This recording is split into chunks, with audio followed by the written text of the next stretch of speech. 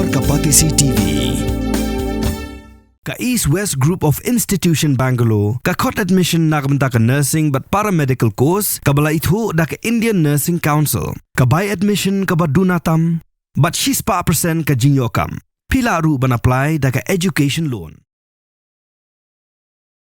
Ulat ke jila UCH Vijaya Shankar ula ai ke Jingmynjur ya ka Meghalaya Official Language Ordinance arja punrio baka Ktien Khasi bat ka Ktien Garo kan deino ka Ktien Sorkar bat on laban penan kam ha kitanat beper-per jo Sorkar da ka Ktien Khasi bat Garo bat ya ka ni ka Sorkar kala penmi ya ka Jingpen bana ha ka Gazette of Meghalaya ya ka Ktien Khasi bat Garo lala ban penan kam ha kinu kam bayadei wa Sorkar bat ya ka bayadei ha ying darbar thawan pan on ya kat kum ki kendon jong ka Meghalaya State Legislature Continuance of the English Language Act 1980.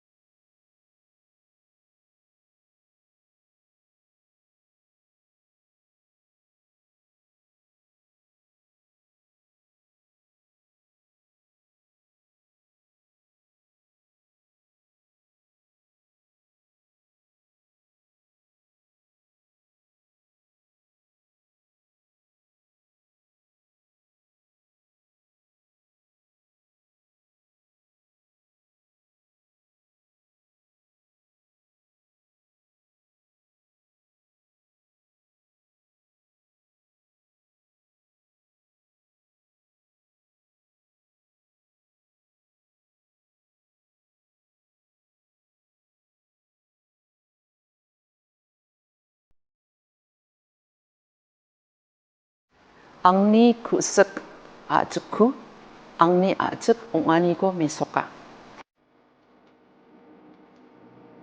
Ang habag Ktien ke im kejai benriu ke im. Kalau don kata kami Meghalaya Language Act, nado usnam arajasan. Kuman penhisya no kan.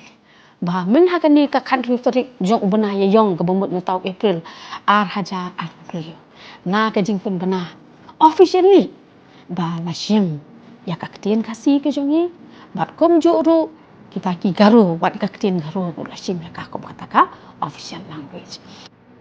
Ngas burung ya ka ne Khasi Author Society bat ru kumju ya ka Achik Literary Society kiba submit ya ka memorandum sha ge government departmentally nga khot meeting mana ha ka bangi syong di study na du ka law department na du ka arts culture na ki department kiba per ngi discuss naong tongin tho ngin recommend sa cabinet ba ngin repeal no ya ka to ka act ka barin bat ngin warna no da ka ni ka way ka batmal da ka bangi ong Meghalaya Languages Act Mdeshu Meghalaya Language Act.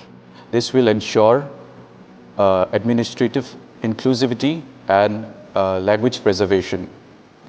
It will also ensure that communication is more efficient in government offices and other institutions. Kan tidak cuma baca kunci saya nama dia bilang nang bini wa atau interview yang baca kunci nama dia mungkin cara dia nak cakap yang lain. Nilai kuat syaba ka Ktien jongi kan yo no ya ke jing itu bopura. Par khantam kan rung ha ka kernet ke bopura.